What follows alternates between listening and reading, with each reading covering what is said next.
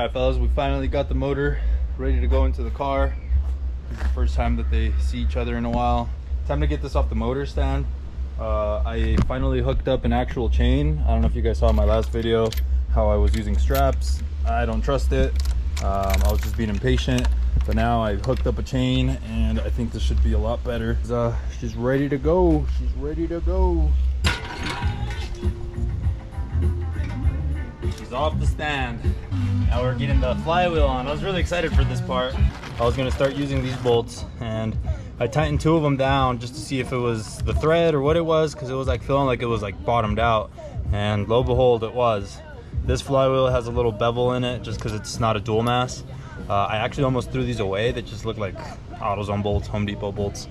I do need to look up what the torque values are for this, since they're different bolts, but it probably should be the same. I doubt these are stretch bolts, however. Today, I'm installing my flywheel still. I emailed Spec to see what flywheel bolts should be torqued at, and they said 75 foot-pounds with Loctite. So that's gonna be what I'm doing. Put a little bit of blue Loctite on there.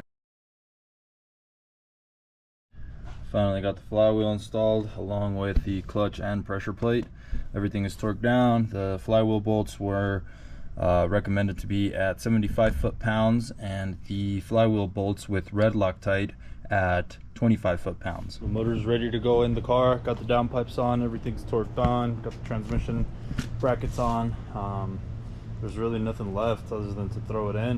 Before I put the motor in, I am going to be removing my automatic pedals and replacing it with my clutch pedals. Got my automatic pedal assembly out. Now all I have to do is install this one. So I'm about to get the pedals in. I went to go buy this hose to go directly to the fluid reservoir, but this is fuel line, and I just looked online and it looks like this is also going to deteriorate. So I'm gonna make this little Frankenstein setup. I had 2 pedals, one from a B6 and the ones I got from my friend's B5. They both had this little L fitting broken. So what I did was cut off the broken piece, and now I'm gonna put a clamp on there, and that should hold. Well, we made it work. Fuck. Got 3 pedals officially. So this is my signal wire for one of the clutch switches that I'm gonna splice into the ECU, and then the green one is one of the wires that's going to go down to the transmission reverse. And I have the pigtail for all of this, so it's only 2 wires on this one. As you guys can see in there, it's only 2 pins, so just 2 wires. I have 1 blue one and 1 green one, and the way I'm running it is down below here through a grommet. I made a hole in with my pick to pass it through there, and what I'm gonna do is I'm gonna put electrical tape and run it along with this harness so it's not too noticeable, and I'm running it back there through that grommet. I'm using my pick to open it up as well, and that way I can run it through there and have it look as clean as possible. So I decided to take out the 2 wires from the grommet. The reason I did that is because I want to wrap it in electrical tape, as you guys can see. I'm gonna make it look nice and pretty in OEM.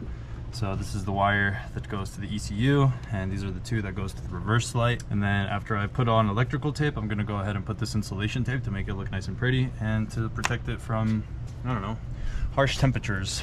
So I ran the 2 wires for the reverse switch below the feed line to the master cylinder. As you can see, I also got that hooked up. Looks nice in OEM. Can't even tell where my wire goes. Down here, it's this one. I'm running this is my reverse cord, my harness. I'm passing it down through a grommet and out the grommet through here by the power steering line. The reverse sensor is located about here, so I'm leaving this a little longer than I need.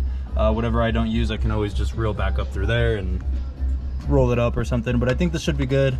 Wanted to go over the firewall like this and just dangle down there. Now I just need to tape this up and solder and wrap it up. I did solder this and use shrink tube. Now I'm just gonna finish wrapping it up and call it good. Currently under the dash here where I installed my pedals. These 2 wires are from my reverse light. It doesn't really matter which pin goes where. One of them is going to be a 12-volt switch, and the other one is going to be going to connector down here in your kick panel, I already pulled it out, but it's going to be this brown one that goes right here. I recommend pulling it out. It's a lot easier to work on. And where you're going to be hooking up the other one of those two wires is going to be to this blue and red wire right here. So we're going to go ahead and splice into that, solder it on there, and seal it up and connect it back where it belongs. So that's for the reverse. And for this is for the cruise control. One of them is going to go to ECU pin 39, and the other pin is also going to be going to a 12 volt switched. A good way for me to remember this is that this wire that I have is red with green, so that's going to be my 12 volt switched.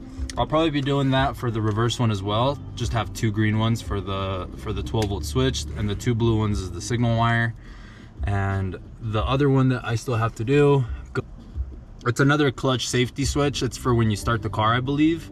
So you have to press the clutch for it to start. And that one is going to be this connector. The all brown one I'm going to be using for the ground, and the other one is going to be going to relay 53. Relay 53 goes here. I pulled it out, and then with my screwdriver I released these two pins here. I don't know if you guys can see them. I just pushed those down, pulled it out, and then the connector is now loose. With the connector being out like this, it's easier access. The one that we're going to be splicing into for this one is going to be this red and white wire right here.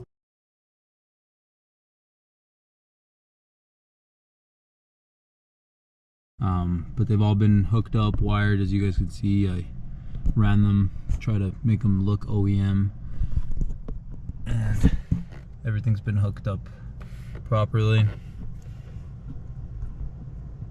Everything's been soldered, shrink wrapped.